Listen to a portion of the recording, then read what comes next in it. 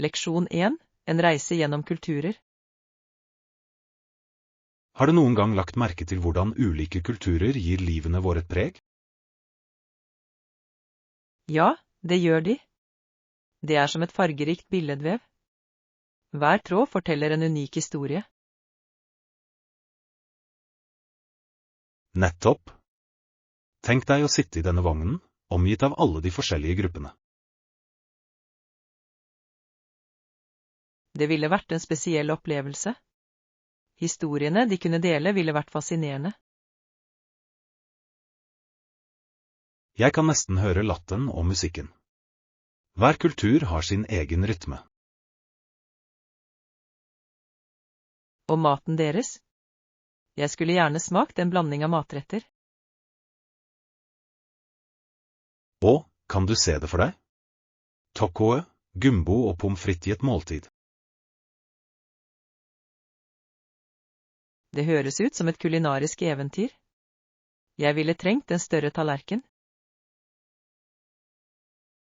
Og større appetitt. Tenk deg samtalene vi ville hatt. Ja. Alle ville ha noe å lære oss. Jeg vedder på at vi ville lært om tradisjoner som går århundrer tilbake. Og humoren. Hver kultur har sin egen måte å få folk til å le på. Absolutt. Jeg kan tenke meg å dele vitser som krysser kulturelle grenser.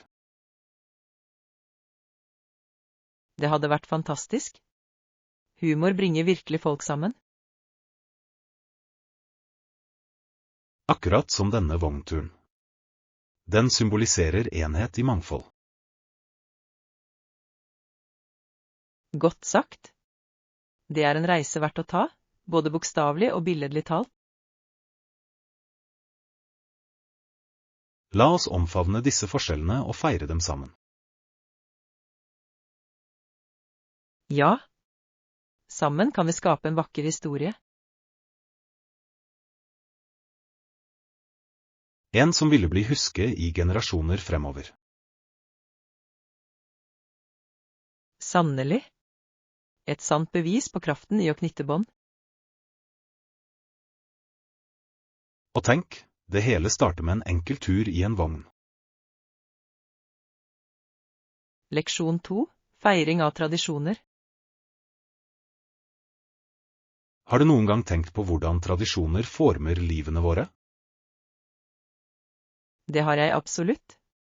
De er som limet som holder lokalsamfunn sammen. Ja, sannelig. Hver tradisjon forteller en historie. Det er fascinerende, ikke sant? Veldig mye. Jeg elsker hvordan de varierer fra sted til sted. Absolutt. Noen tradisjoner involverer mat, mens andre fokuserer på ritualer. Når vi snakker om mat, har du prøvd noen nye retter i det siste? Jeg smakte nylig en tradisjonell rett fra en festival. Den var fantastisk. Og, hva var det? Jeg er nysgjerrig. Det var en spesiell type brød, som ble feiret i innhøstingstiden. Det høres herlig ut. Jeg elsker tradisjonell mat. De kommer ofte med sine egne historier, noe som forsterker opplevelsen. Ja. Å spise en rett er som å smake på historie. Nettopp. Og så har vi dansene som følger med mange tradisjoner. Jeg har sett noen tradisjonelle danser. De er så livlige og fargerike. Det er de virkelig. Hver bevegelse har en betydning bak seg. Jeg synes det er utrolig hvordan tradisjoner stadig utvikler seg, men likevel forblir forankret. Ja. De tilpasser seg samtidig som de ærer fortiden. Og de skaper en følelse av tilhørighet, ikke sant? Ja, det er helt sant. Å feire tradisjoner forener mennesker. Jeg elsker ideen om å dele slike øyeblikk med familie og venner. Det gjør opplevelsen enda mer spesiell, ikke sant? Absolutt. Tradisjoner er noe av det beste med livet. Jeg kunne ikke vært mer enig. De gir glede og kontakt. La oss lov å utforske flere tradisjoner sammen. Det høres ut som en fantastisk plan. Jeg gleder meg. Leksjon 3. Tidsreiseeventyr. Jeg hadde nylig den herligste tanken. Og, fortell meg det. Jeg er nysgjerrig. Jeg forestilte meg at jeg var i en tidsmaskin. Det høres spennende ut. Hvor satte du datoen? Jeg satte det til forhistorisk tid. Kan du forestille deg det? For et fascinerende valg. Jeg kan bare forestille meg severdighetene. Det var utrolig. Jeg skrudde på tidsmaskinen og kjente spenningen. Så du noen dinosaurer? Ja. Jeg så en diger T-rex. Det var både skremmende og spennende. Jeg ville blitt både forbløffet og livredd. Hva gjorde du nå? Jeg bestemte meg for å gjemme meg bak en stor stein. Sikkerhet først, ikke sant? Absolutt. Jeg ville ha gjort det samme. Mens jeg så på, la jeg merke til en gruppe mindre dinosaurer som lekte. Leker? Det er nydelig. Hva drev de med? De jaget hverandre rundt. Det var et skikkelig skue. Så lekent. Ble du med dem? Jeg skulle ønske jeg kunne, men jeg ville ikke skremme dem bort. Det gir mening. Tenk deg å prøve å forklare din tilstedeværelse. Ikke sant? Hallo, jeg er fra fremtiden. Hvor bisart ville ikke det være? De ville sikkert sett forvirret på deg. Nettopp. Jeg ville vært den merkelige skapningen i deres verden. Det er fascinerende hvordan fantasien kan transportere oss hvor som helst. Det er det virkelig. Jeg elsker hvordan det lar oss utforske det umulige. Hvilke andre ganger ønsker du å besøke? Jeg skulle gjerne sett det gamle Egypt. Pyramidene er så spennende. Det hadde vært fantastisk. Jeg skulle gjerne møtt Kleopatra. Tenk deg historiene hun kunne fortelle.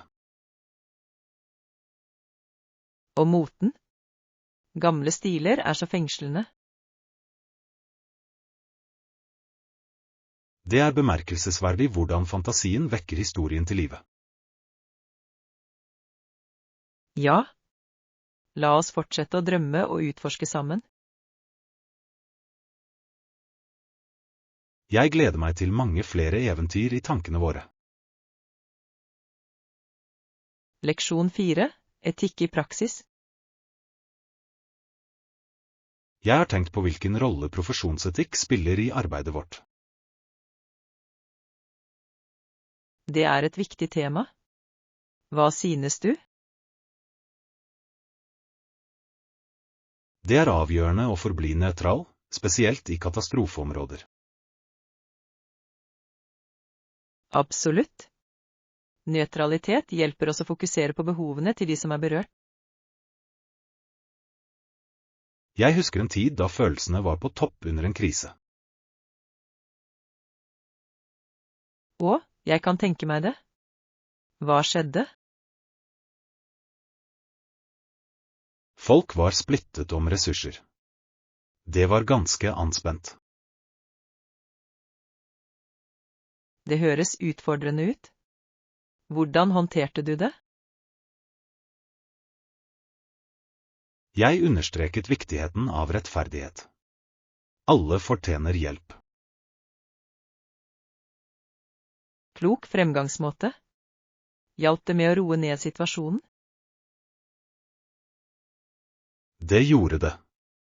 Folk begynte å se det større bildet.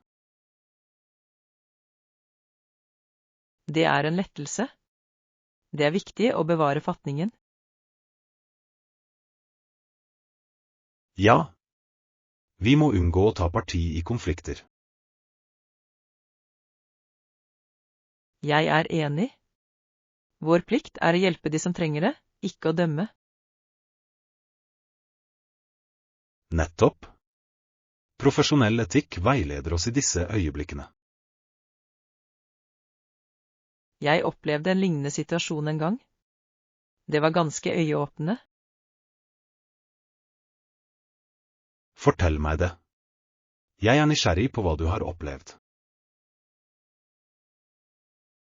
Under en flom møtte jeg motstridende meninger om fordeling av bistand. Hvordan navigerte du det? Jeg arrangerte et møte for å diskutere behovene åpent. Fantastisk. Samarbeid er nøkkelen i slike situasjoner. Det tillot oss å prioritere effektivt, uten fordommer. Det er imponerende. Kommunikasjon er virkelig viktig. Ja, det kan bygge bro over gap og fremme forståelse. Jeg tror at vår forpliktelse til etikk styrker arbeidet vårt. Absolutt. Det bygger tillit med lokalsamfunnene vi betjener. Tillit er avgjørende for effektiv katastrofeberedskap. Jeg kunne ikke vært mer enig. La oss fortsette å opprettholde disse verdiene. Sammen kan vi gjøre en positiv innvirkning i enhver katastrofe. Leksjon 5. Forstå lønnsstandarder. Jeg har tenkt på lønnsstandarder i ulike bransjer. Det er et veldig relevant tema. Hvorfor synes du det er så interessant? For det første er det viktig å vite hva man kan forvente av kompensasjon. Absolutt. Det kan være nyttig i forhandlinger å undersøke lønnsstandarder. Nettopp. Det gir deg innflytelse når du diskuterer lønnen din. Har du gjort noen undersøkelser på dette? Det har jeg. Jeg fant noen overraskende tall for bransjen min. Å, seriøst? Hva oppdaget du? Noen stillinger betaler betydelig mer enn jeg forventet. Det er spennende. Det understreker virkelig viktigheten av forskning. Ja, virkelig. Jeg skulle ønske jeg hadde visst dette tidligere i karrieren min. Det kan forandre alt. Fant du noen ressurser? Ja. Jeg brukte nettsteder dedisert til lønnsinformasjon. De er ganske nyttige. De gir detaljert innsikt. Det gjør de. Jeg så også på bransjerapporter. Det høres grundig ut. Var det noen bemerkelsesverdige trender? Ja. Noen sektorer opplever rask vekst og høyere lønninger. Det er fascinerende. Det kan være verdt å vurdere et karriereskifte. Det fikk meg absolutt til å tenke. Jeg kunne utforske nye muligheter. Bare husk å veie fordeler og ulemper før du bestemmer deg. Absolutt. Det er viktig å vurdere jobbtilfredshet også. Ja. Høyere lønn er flott, men lykke er også avgjørende. Jeg kunne ikke vært mer enig. Balanse er nøkkelen i karrierevalg. Har du delt funnene dine med noen? Jeg har delt dem med noen venner. De var ganske interesserte. Det er fantastisk. Kunnskap er best når den deles. Nettopp. Det gir andre mulighet til å ta informerte beslutninger også. La oss lov å fortsette å forske sammen. Det høres ut som en god plan. Kunnskap er vårt beste verktøy. Leksjon 6. Å holde seg positiv midt i utfordringer. Det har vært utfordrende i det siste, men jeg er positiv. Det er flott å høre. Positivitet kan utgjøre en betydelig forskjell. Jeg tror det kan. Det hjelper å holde motet oppe. Har du vurdert noen nye strategier for å opprettholde den positive stemningen? Det har jeg. Jeg begynte å praktisere takknemlighet daglig. Det er en fantastisk øvelse. Hvordan går du frem? Hver morgen skriver jeg ned 3 ting jeg er takknemlig for. Det høres enkelt, men likevel kraftfullt ut. Hva har du skrevet i det siste? Jeg skrev om mine støttende venner, god helse og solskinn. Det er fantastiske ting å være takknemlig for. Solskinn løfter alltid humøret mitt. Ja. Det er utrolig hvordan små ting kan lyse opp dagen din. Har du også prøvd mindfulness eller meditasjon? Jeg har vurdert det. Jeg tror det kan bidra til å redusere stress. Det kan det absolutt. Selv noen få minutter kan være gunstige. Jeg må prøve det. Hva med deg? Jeg har gått turer i naturen. Det gir meg ny energi.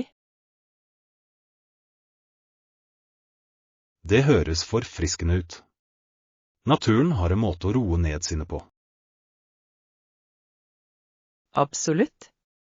Det gir meg muligheten til å reflektere og lade opp. Har du oppdaget noe interessant på turene dine? Jeg har sett noen vakre blomster og til og med et søtt ekorn. Det er herlig. Naturen kan være full av overraskelser. Det er det absolutt. Hvilke andre aktiviteter hjelper deg å holde deg positiv? Jeg liker å lese oppløftende bøker. De inspirerer meg. Det er en fantastisk idé. Hva har du lest i det siste? Jeg har nettopp fullført en bok om motstandskraft. Den var lærerik. Det høres ut som verdifull lesning. Motstandskraft er viktig. Det er det virkelig. Jeg føler meg bedre rustet til å møte utfordringen nå. La oss fortsette å dele strategiene våre. Det kan hjelpe oss begge. Jeg er enig. Sammen kan vi overvinne enhver utfordring med positivitet. Leksjon 7. Utarbeide et forslag. I planen vår mener jeg at vi har dekket alle de viktigste punktene. Jeg er enig.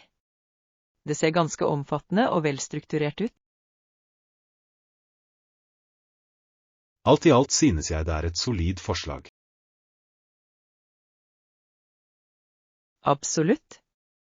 Forskningen støtter ideene våre effektivt. Har dere vurdert hvordan vi skal presentere det for teamet? Ja. Jeg tror en visuell presentasjon virkelig vil engasjere dem. Det er en god idé.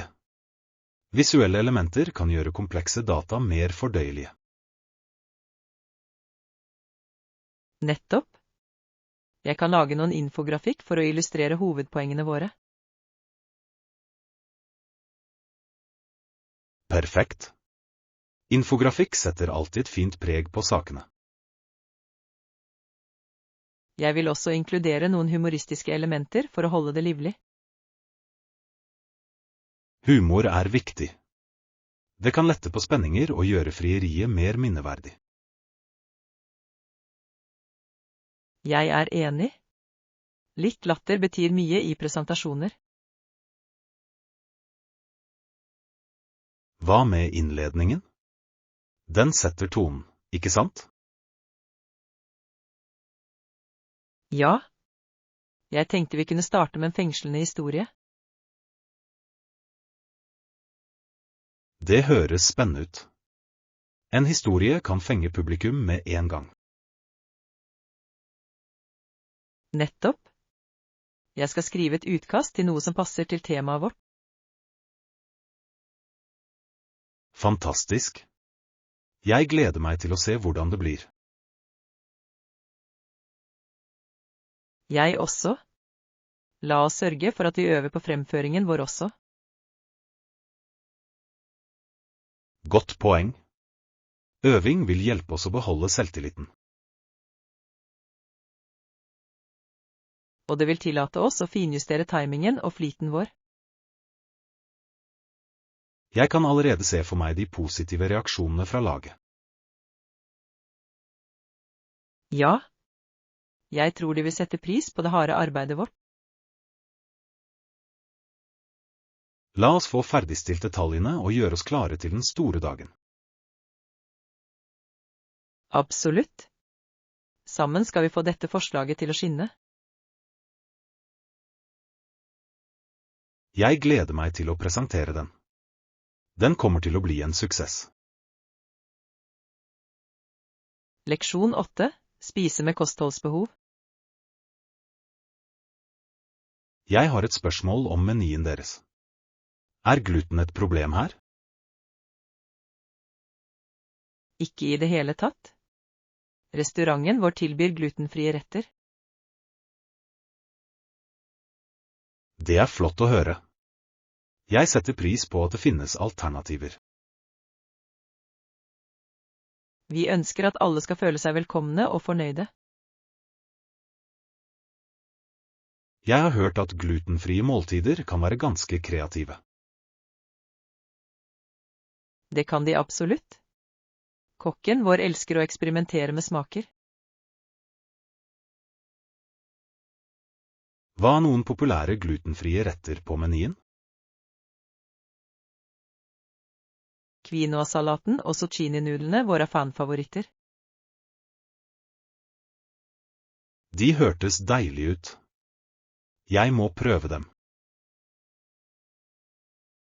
Du vil ikke bli skuffet? De er fulle av smak. Jeg er alltid bekymret for krysskontaminering på restauranter. Det er en berettiget bekymring. Vi tar det alvorlig her. Hvordan sørger du for at glutenfrie retter forblir trygge? Vi har separate kjøkkenutstyr og angitte områder. Det er betryggende. Det gjør det mye enklere å spise ute. Nettopp. Vi ønsker at gjestene våre skal nyte måltidene sine uten bekymringer. Jeg setter pris på din oppmerksomhet på detaljer. Det utgjør en forskjell. Takk. Vi tror på å tilby en positiv matopplevelse. Har du fått tilbakemeldinger fra gjester med kostholdsbegrensninger? Ja. Mange har uttrykt takknemlighet for våre glutenfrie alternativer. Det er fantastisk. Det viser at du imøtekommer behovene deres. Vi streber etter å imøtekomme ulike kostholdspreferanser. Det kan jeg se. Det får denne restauranten til å skille seg ut. Takk. Det er viktig for oss å være inkluderende. Jeg vil definitivt anbefale dette stedet til vennene mine. Jeg håper de liker det like mye som deg. Det er jeg sikker på at de vil. Det er en glede å spise her. Leksjon 9. Samarbeid for en sak. Jeg har tenkt på et prosjekt vi kunne starte sammen. Og, fortell meg det. Jeg er alltid åpen for nye ideer. Jeg tror det blir et morsomt og meningsfullt prosjekt for oss å gjøre sammen. Det høres spennende ut. Hva slags prosjekt har du i tankene? Jeg vurderte en felleshage. Det kunne være til nytte for alle. En felleshage? For en fantastisk idé. Ja. Det fremmer sunt kosthold og bringer folk sammen. Jeg kan allerede se for meg fargerike blomster og friske grønnsaker. Nettopp. I tillegg ville det være en fin måte å lære om hagearbeid på. Jeg har alltid hatt lyst til å lære å dyrke min egen mat. Dette prosjektet ville vært perfekt for det. Hvordan ser du for deg å organisere hagen? Vi kan invitere medlemmer av lokalsamfunnet til å delta i planleggingen. Det er en strålende idé. Alle kan bidra med sine ideer. Og vi kunne holde workshops om hageteknikker. Jeg elsker det. Det ville engasjert flere mennesker i lokalsamfunnet. Ja. Vi kunne også inkludere barn. De ville like det. Absolutt. Barn elsker å få hendene skitne i jorden. Jeg kan allerede forestille meg latteren og begeistringen. Det hadde vært en fantastisk måte å skape varige minner på. I tillegg kan vi donere noe av avlingen til lokale dyrehjem. Det er en fantastisk tanke. Det gir et meningsfullt preg. Sammen kan vi gjøre en positiv innvirkning på lokalsamfunnet vårt. Jeg er begeistret for dette prosjektet. Når starter vi? La oss planlegge et møte for å diskutere detaljene. Leksjon 10. Fritidspreferanser. Jeg har lagt merke til noe interessant ved folks fritidsaktiviteter. Og, hva har du observert? Jeg er nysgjerrig. Det virker som om det finnes folk som heller vil se film. Det er sant. Filmer kan være en flott flukt fra virkeligheten. Nettopp. Men noen foretrekker mer fysisk aktivitet. Ja. Trening kan være forfriskende og styrkende. Jeg lurer på hvorfor folk har så forskjellige preferanser.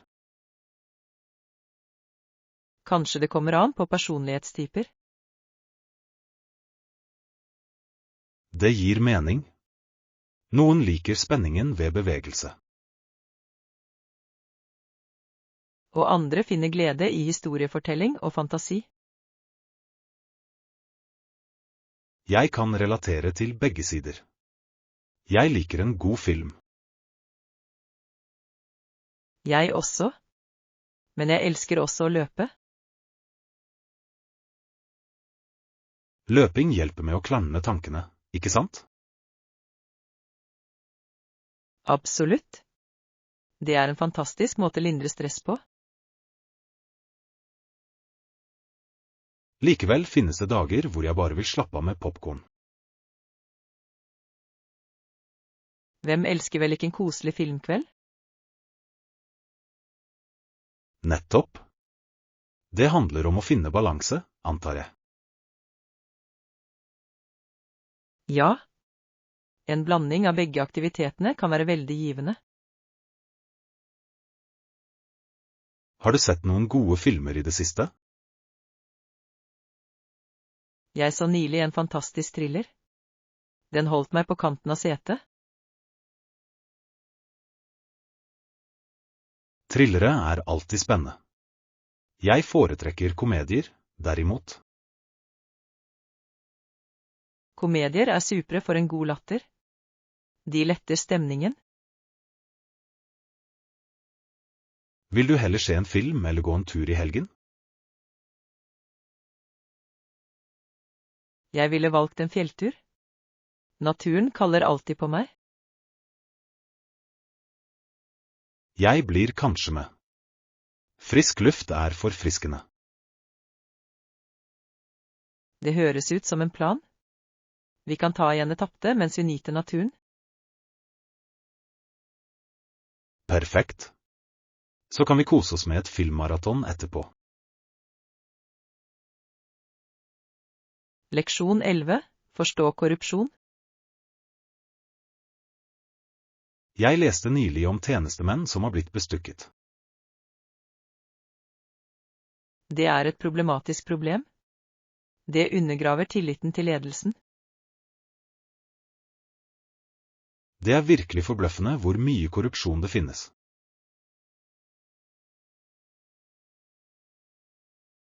Et annet eksempel er når kriminelle blir løslatt som følge av bestikkelser. Nettopp. Det skaper en farlig presedens i rettssystemet vårt. Det får en til å lure på hvor mange uskyldige mennesker som er rammet. Det er en skremmende tanke. Det påvirker virkelig samfunnet som helhet. Har du hørt om noen kjente tilfeller av bestikkelser? Ja. Det var en betydelig skandale som involverte politikere og fond. Slike tilfeller avslører ofte et nett av bedrag og grådighet. Det gjør de. Det er utrolig hvor langt noen vil gå for penger. Og det er like overraskende hvor fort tillit kan forsvinne. Nettopp. Når tilliten først er brutt, er den vanskelig å bygge den opp igjen. Det er avgjørende for ledere å opptre med integritet. Absolutt. Etikk bør være i forgrunnen i beslutningstaking. Jeg mener det er viktig med opplæring om disse problemstillingene. Ja. Jo mer folk forstår, desto mindre sannsynlig er det at de aksepterer korrupsjon. Har du noen gang vært vitne til korrupsjon på nært hold? Heldigvis har jeg ikke det, men jeg har hørt historier fra venner.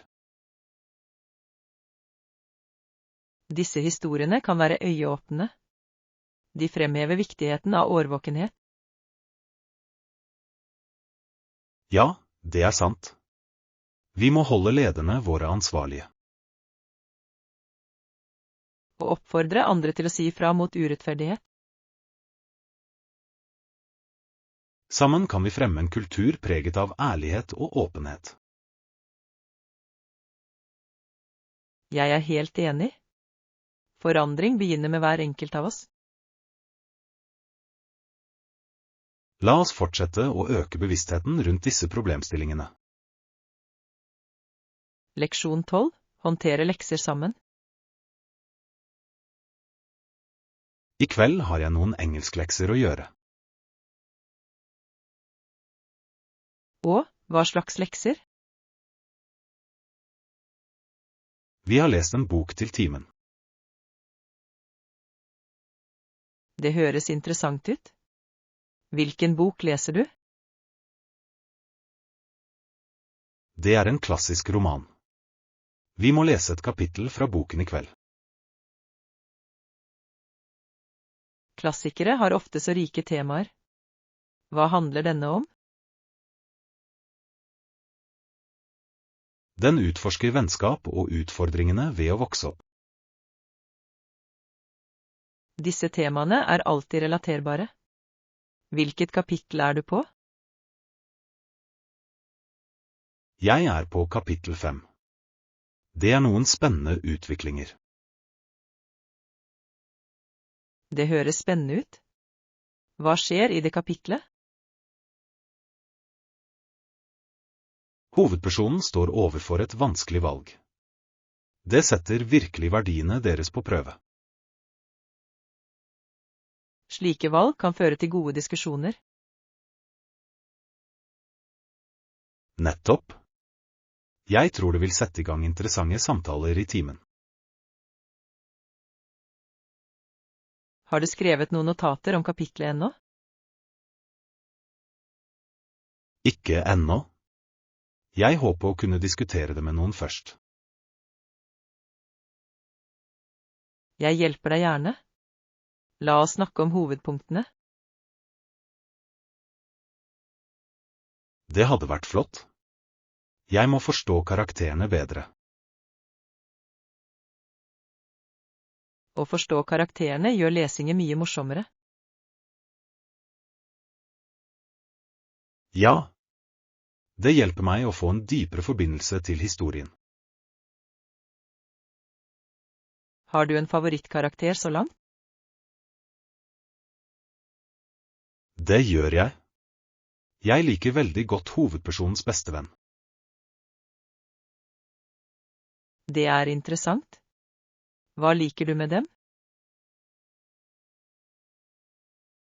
De er lojale og gir alltid kloke råd. Slike venner er uvurderlige. De gjør reisen verdt det. Jeg er enig. Jeg skulle ønske jeg hadde en sånn venn i virkeligheten. Vel, du har meg. Jeg er alltid her for å støtte deg. Takk. Jeg setter pris på det. La oss gjøre ferdig denne leksen sammen. Leksjon 13. Utarbeide en prisstrategi.